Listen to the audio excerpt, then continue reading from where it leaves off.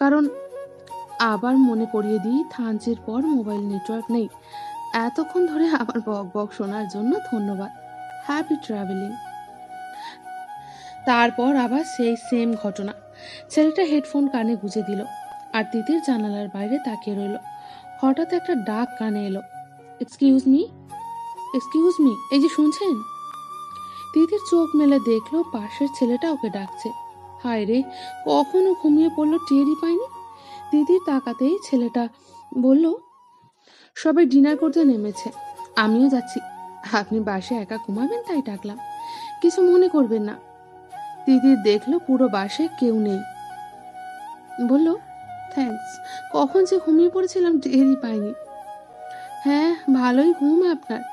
একটু আগে তো দেখলাম সাফি সবাইকে মিনি মাইকে বলল 20 থেকে 30 মিনিট ব্রেক টাইম, এর মধ্যে ডিনার সেরে নিতে হবে। তিতির লজ্জা পেয়ে গেল। আসলেই যখন তখন যে কোনো জায়গায় ঘুমিয়ে পড়ার প্রতিভাটা ওর ভালোই আছে। বাস থেকে নামতে নামতে ছেলেটা বলল, বাই দ্য ওয়ে, আমি মুগ্ধ, আপনি? তিতির বলল, কি ব্যাপারে? মুগ্ধ অবাক হয়ে বলল, মানে আপনি যে জিজ্ঞাসা করলেন আমি মুগ্ধ কি না, ওটাই জানতে চাচ্ছি। কি ব্যাপারে মুগ্ধ হওয়ার কথা বলছেন? ট্যুর? বাট এটা তো মাত্রই শুরু। ছেলেটা হো হো করে হেসে ফেলল। আমার নাম মুগ্ধ। আমি আপনার নামটা জানতে চাইছিলাম। বারবার এই এক্সকিউজ মি করতে তো কারই বা ভালো লাগে বলুন? আফটার অল আগামী 10 দিন একই জায়গায় থাকছি, নামটা তো জানা প্রয়োজন। তিতির লজ্জা পেয়ে হেসে বলল, ওহ, আমার নাম তিতির। বাহ, খুব সুন্দর নাম তো। তিতির নামের মানে জানেন? একটা পাখির নাম। মুগ্ধ রেস্টুরেন্টে ঢুকতে ঢুকতে বলল, তিতির পাখি দেখেছেন কখনো? না। তিতির খুব সুন্দর দেখতে। ঢাকায় আছে নাকি? না, আমি ঝাড়খণ্ডে গিয়েছিলাম, তখন দেখেছিলাম, রাঁচির এক জঙ্গলে। বাপরে, আপনি খুব ঘোরাফেরা করেন নাকি? তা বলতে পারেন, আমি জঙ্গল প্রেমিক, পাহাড়ে জঙ্গলে ঘুরতে বেশি পছন্দ করি। ওহ, নাফাখুম গিয়েছেন আগে? হ্যাঁ, 2 বছর আগে গিয়েছিলাম, এটা সেকেন্ড টাইম, আমার এই প্রথম। ও, আপনার সাথে কেউ নেই? না, আমি একাই এসেছি। আচ্ছা, আপনারা ছেলেরা মেয়েদের কোথাও একলা যেতে দেখলেই এই কথা জিজ্ঞাসা করেন কেন?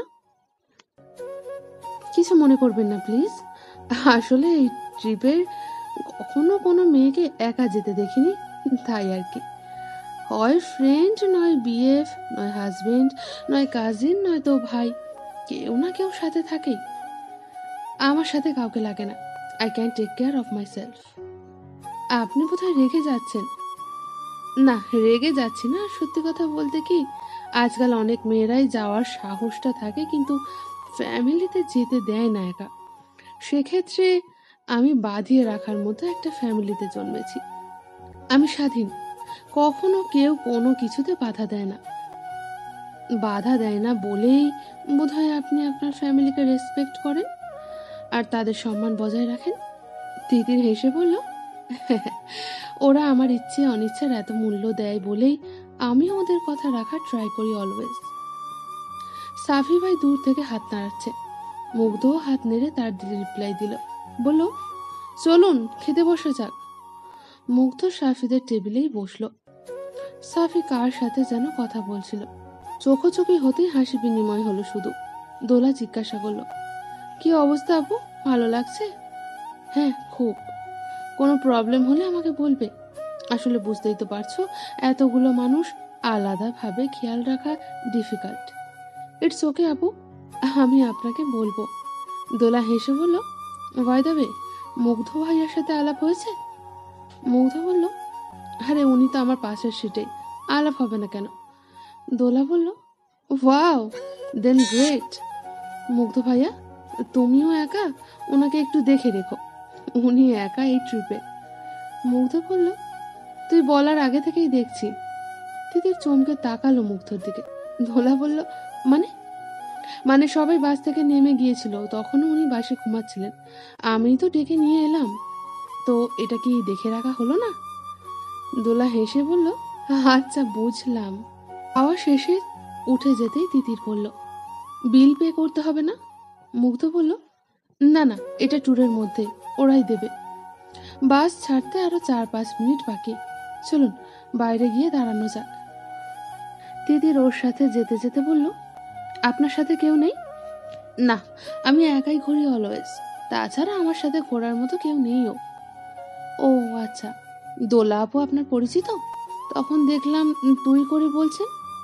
মুগ্ধ হেসে বলল, ও সাফির গার্লফ্রেন্ড, আর সাফি আমার আপন চাচাতো ভাই, সেই সূত্রেই দোলার সাথে পরিচয়। ওহো, কে বড়? আমি সাফির 1 বছরের বড়। ও। কিছুক্ষণ ওরা হাইওয়ের পাশে দাঁড়িয়ে রইল। প্রথমে কেউ কোনো কথাই বলছিল না। মুগ্ধই শুরু করলো, আপনি কিসে পড়ছেন? এইবার এইচএসসি দিলাম। মুগ্ধ অবাক হলো, মানে এখনো ইউনিভার্সিটিতে যাননি? না, পাবলিকে পরীক্ষা দেব, তাই কোথাও অ্যাডমিশন নিইনি। এই তো ফিরে আসার পর এক্সাম। তুমি তো পুরোই বাচ্চা। সরি, তুমি করে বলে ফেললাম। It's okay. সাফি ভাইয়া দোলা আপু তো প্রথম থেকেই তুমি বলে, হ্যাঁ আপনিই তো আপনি আপনি করছিলেন। ও তাই না? ওই আর কি, আমি ওদের মতো প্রথমেই কাউকে ওইভাবে বলতে পারি না। ও, আপনি কিসে পড়েন? ইস, আর 4 মাস পরে কথাটা জিজ্ঞাসা করতে যদি, তাহলে কি হবে? বলতে পারতাম আমার স্টাডি কমপ্লিট। তিতির হেসে দিল। মুগ্ধ বলল, আমি মাস্টার্স করছি, লাস্ট সেমিস্টার। এই এই এই বাস ছেড়ে দিচ্ছে, চলো চলো। বাসে উঠে বসতেই মুগ্ধ বলল, এখন কি আবার ঘুমাবে? তিতির হেসে বলল, আপনি কি আবার হেডফোন কানে গুঁজবেন? এবার মুগ্ধ হেসে দিল। সারা পথ ভালোই টুকটাক গল্প হয়েছিল ওদের, কিন্তু গল্প করতে করতে তিতির কখন যেন ঘুমিয়ে পড়ল। মুগ্ধ অবাক হয়ে ভাবল, একটা মানুষ কিভাবে এত তাড়াতাড়ি ঘুমোতে পারে। তিতির কিছু একটা জিজ্ঞাসা করেছিল, তার উত্তর দিয়ে খেয়াল করলো তিতির ঘুমাচ্ছে।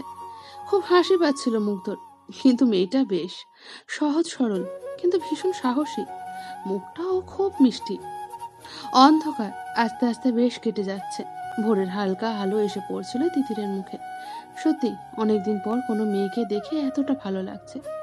কাল রাতে যখন প্রথম দেখেছিল তখন কিন্তু কিছুই ফিল হয়নি। অন্য সব মেয়েদের মতোই মনে হয়েছে, কিন্তু এখন একটু অন্যরকম লাগছে কেন জানি। হঠাৎ দোলার ফিসফিসানো গলা পাওয়া গেল, হুম ভাইয়া, প্রেম কিন্তু এইভাবেই হয়। মুগ্ধ আস্তে আস্তে বলল, উফ তোরা না এমন সব কথাবার্তা বলিস, যা ভাগ এখান থেকে।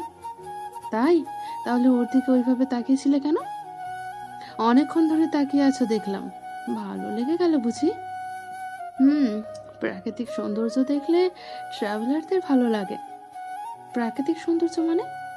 তাকিয়ে দেখ ওর দিকে, তো ওদের মধ্যে এত রং চং মাখেনি, একদম ন্যাচারাল।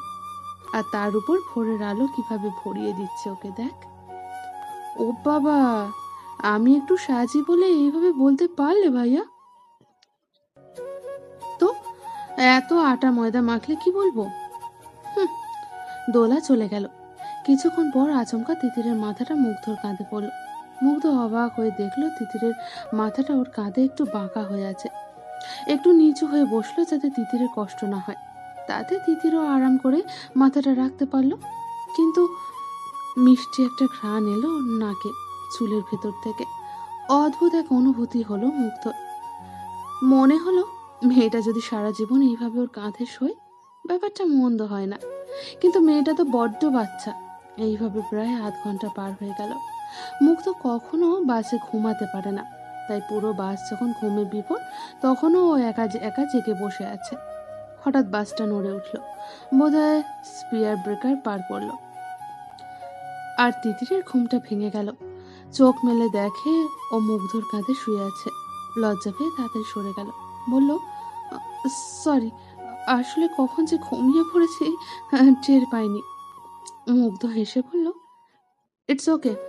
তারপর থেকে কেমন যেন একটা জড়তা কাজ করছিল, কিছুই বলতে পারিনি আর।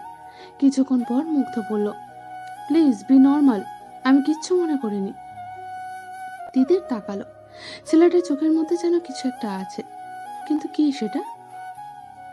যখন বাস বান্দরবনে পৌঁছালো, ঘড়িতে তখন ভোর 6টা।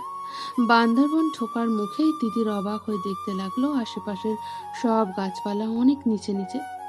যে রাস্তায় ওদের বাস চলছে ওরা অনেক উঁচুতে, আর ওদের বাস ক্রমশ উপর দিকে উঠছে। অদ্ভুত এক রোমাঞ্চ বোধ করলো তিতির। পাহাড়ি রাস্তায় এই প্রথম। হঠাৎ বাসটা বাঁয়ে মোড় নিল।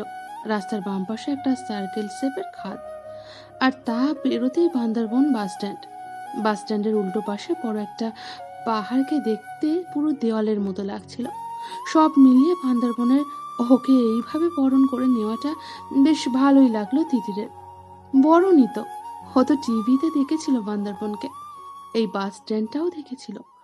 সাধারণ মফস্বল বাস স্ট্যান্ডের মতোই মনে হয়েছিল, কিন্তু এটা আদৌ সাধারণ নয়। গ্রুপের 18 জন মেম্বারের ফ্রেশ হওয়া আর চেঞ্জ করার জন্য সাধারণ একটা হোটেলে 4টা রুম বুক করা হয়েছিল। সব মিলিয়ে 6 জন মেয়ে আর 22 জন ছেলে। একটা রুম মেয়েদেরকে দেয়া হলো, আর বাকি 3টা ছেলেরা ভাগাভাগি করে ইউজ করলো। সবাইকে ফ্রেশ হওয়ার জন্য সময় দেওয়া হলো মাত্র 2 ঘন্টা। দিদি সেদিন মাত্র 5 মিনিটে গোসল করেছিল। বাসায় থাকলে এই সময়ের মধ্যে জীবনেও গোসল করতে পারতো না। ব্লু জিন্সের উপর flu sleeve white ladies shirt পরলো দিতে, তার উপর ব্ল্যাক হুডি। চুলগুলো উপরে উঠিয়ে একটা ঝুঁটি করলো। তারপর ব্যাগ থেকে ওর প্রিয় ব্ল্যাক অ্যান্ড হোয়াইট গেটসটা বের করে পরে ব্যাকপ্যাকটা গুছিয়ে নিল। তারপর সেটাকে কাঁধে নিতে নিতে রুম থেকে বের হতেই দেখলো মুগ্ধকে। হোটেলের লম্বা প্যাসেজটা শেষ হয়েছে যেখানে, সেখানটার দেওয়াল বারান্দার মতো খোলা। ওখানেই মুগ্ধ দাঁড়িয়ে হেলান দিয়ে ফোনে কথা বলছিল কার সাথে। কথা বলা শেষ হতেই ডাকলো মুগ্ধ, এই দিদি। তিতির মুগ্ধর কাছে গেল। মুগ্ধ বলল, বাহ, একদম ট্রেকার লোক। তিতির হাসলো। মুগ্ধ বলল, মেয়েরা এত তাড়াতাড়ি রেডি হতে পারে বলে তো আমার জানা ছিল না। রেডি হতে অবশ্যই টাইম লাগতে পারে, মেয়েদের দোষ দেওয়া যায় না, কিন্তু এখানে তো আর আমি বিয়ে খেতে যাচ্ছি না যে সাজুগুজু করবো আর লেট হবে। আমি জাস্ট শাওয়ারটুকু নিয়েছি, ঘুরতে এসে আর কিছুর প্রয়োজন দেখছি না। তোমাকে যতটা ছোট ভেবেছিলাম ততটা ছোট কিন্তু তুমি নও। ছোট ভেবেছিলেন কেন? তুমি আমার থেকে তো অনেকটাই ছোট, আর দেখতেও তুমি ছোট, তাই আর কি। বাট তুমি কিন্তু ম্যাচিওর। তিতির হেসে বলল, আজকাল মেয়েরা 14-15 বছর বয়সে ম্যাচিওর হয়ে যায়, তাই নাকি? হ্যাঁ, তা হতে পারে অবশ্য। মুগ্ধ আবারও বলল, ভয় দেবে, শুনেছিল তো বলা হয়েছিল ফ্রেশ হয়ে হোটেলের রেস্টুরেন্টে নাস্তা করে নিতে। হ্যাঁ শুনেছি, চলো তাহলে নাস্তাটা করে আসি। আমি আবার একা খেতে পারি না, তাই সঙ্গী খুঁজছিলাম। আই মিন সাফির জন্য অপেক্ষা করছিলাম। অন্যদের কাউকে তো চিনি না, কিন্তু ওর কোনো খবরই নেই। তুমি যখন চলে এসেছো ভালোই হলো, তুমিও একা। কিন্তু সবার তো হয়নি, সবাই একসাথে খেতে যাবে না? আরে না, যার আগে হবে সে আগে খেয়ে নেবে, তাতে চাপটা কম থাকবে। এই জন্যই তো রেস্টুরেন্ট ঠিক করে রেখেছে আগে থেকে। ও ঠিক আছে, তাহলে চলুন। দুজনেই চুপচাপ খাচ্ছিল। হঠাৎ মুগ্ধ খেতে খেতেই বলল, বাঁশ কুইরুল খেয়েছো কখনো? সেটা আবার কি? বাঁশ বলেই মুগ্ধ হেসে দিল। তিতির অবাক হয়ে চেয়ে রইল। বলল, বাঁশ আবার কিভাবে খায়? বাঁশ যখন খুব কচি থাকে তখন ওটাকে মাটির হাঁড়ি দিয়ে ঢেকে রাখে। তারপর ওই কচি বাঁশ কুচি করে কেটে চিংড়ি মাছ অথবা মুরগি দিয়ে রান্না করে। পৃথিবীর অন্যতম সুস্বাদু খাবার। গ্রামাঞ্চলের মানুষ খায় তবে কম, কিন্তু পাহাড়িদের এটা নিত্য খাবার। ও বাট বাঁশ কিভাবে ভালো লাগতে পারে আমি বুঝতে পারছি না। এখানে কয়েকটা রেস্টুরেন্টে রান্না করে, তবে এখন পাওয়া যাবে না, ওটা দুপুরে হয়। থানচি বাজার থেকে বাঁশ কুইরুল কিনে নেব নে, তারপর রান্না করে খাওয়াবো, তখন দেখো কেমন লাগে। আপনি রান্নাও করতে পারেন? না পারার কি হলো, ব্যাচেলার তো। ওহ ও। মুগ্ধর খাওয়া শেষ, উঠে হাত ধুতে গেল। কিছুক্ষণের মধ্যে তিতিরেরও খাওয়া শেষ হয়ে গেল। ওরা হোটেলের বাইরে গেল। হাঁটতে হাঁটতে তিতির বলল, ব্যাচেলার তো বুঝলাম, কিন্তু ফ্যামিলি, আই মিন বাবা মা? ওহো, ওনারা চিটাগং থাকে। আপনাদের বাড়ি চিটাগাংয়ে? না না, বাবার পোস্টিং ওখানে। ও, আপনার ভাই বোন নেই? একটা ছোট বোন আর একটা ছোট ভাই। বাবা মায়ের সাথে থাকে। ভাই স্কুলে আর বোন কলেজে। তোমার? বড় ভাই একটা। ও, আর আপনি ঢাকায় কোথায় থাকেন? ধানমন্ডি। ধানমন্ডি? কত নাম্বারে? 11A। তুমি কি ধানমন্ডিতে নাকি? তিতির হেসে ফেলল। আমার বাসাও 11A-তেই। আপনার কত নাম্বার বাসা? 312। What a coincidence! মুগ্ধ হেসে বলল, তুমিও কি 312-তে? না, 310 নম্বরটা আমাদের বাসা। মুগ্ধ এবার হো হো করে হেসে দিল। তারপর বলল, এত কাছাকাছি থাকি আর পরিচয় হলো কিনা এই পাহাড়ে এসে। তিতির হাসছিল। আপনি ওখানে কতদিন ধরে থাকেন? 5 বছর ধরে। ভার্সিটিতে ভর্তি হবার পর থেকে। তুমি? ছোটবেলা থেকে। ও আচ্ছা, আপনি কি এই ধরনের ট্রিপে আগেও এসেছেন? আমি টিওবির প্রায় সব ট্রিপেই থাকি। টিওবি? ও, ট্রাভেলার অফ বাংলাদেশ। তবে সাফিদের সাথে ছোটখাটো ট্রিপে গিয়েছি, বড় ট্রিপে এই প্রথম। মানে টিওবি আর সাফি ভাইয়ারা কি আলাদা? আলাদা বলতে সাফি অথরিটি কেউ না, বাট প্রায় এরকম ট্যুর অ্যারেঞ্জ করে, গ্রুপের ইভেন্ট খোলে, গ্রুপের মেম্বাররাও ভালোই অ্যাটেন্ড করে। তার মানে এটা কোনো অফিসিয়াল ট্যুর নয়। তিতিরের মনের মধ্যে এবার একটু ভয় ঢুকলো। মুগ্ধ বলল, ভয় পাচ্ছ? তিতির ভাঙবে তবু মোচকাবে না টাইপ মেয়ে, তাই সে বলল, ভয়ের কি আছে? না, ভয় পেতেই পারো, যেহেতু তুমি ভেবেছিলে এটা টিওবির অফিসিয়াল ট্যুর। তিতির অবাক। হায় রে, এই ছেলে কি মনের মধ্যে ঢুকে ওর ভাবনাগুলো পড়ে ফেলে নাকি?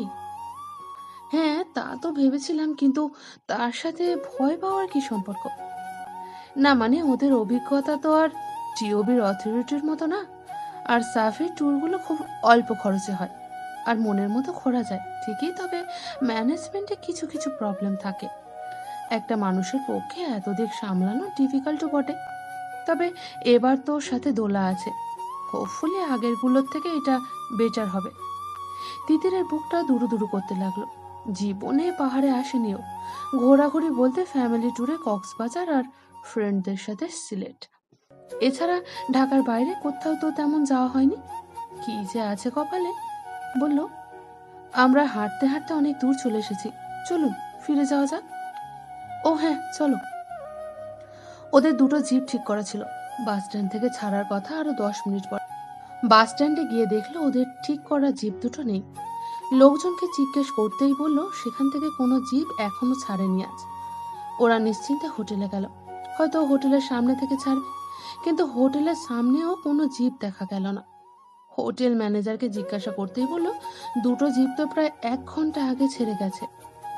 মাথায় বাজ পড়ল মুগ্ধ আর তিতিরে। সাথে সাথে মুগ্ধ ফোন করলো সাফিকে। সাফির মোবাইল বন্ধ। তিতির বলল, মোবাইল তো বন্ধ কেন? বন্ধ না, নেটওয়ার্ক প্রবলেম হবে। 1 ঘন্টা আগে ছাড়লে তো এখন ওরা পাহাড়ে। ওকে বলেছিলাম শহরের বাইরে এয়ারটেলে নেটওয়ার্ক থাকে না, অন্য যেন সিম নিয়ে নেয়। কিন্তু আমি এটা বুঝতে পারছি না যে টাইমে জিপ ছাড়ার কথা সেটা হতে আরো 5 মিনিট বাকি, এত আগে কেন ছাড়লো? আর যদি ছাড়বেই, তবে দেখবে না সব মেম্বার্সরা আছে কিনা। তোমাকে বলছিলাম না ওদের ম্যানেজমেন্টের প্রবলেম আছে। যাই হোক, এখন কি করব? ঢাকা ফিরে যাবে? No way.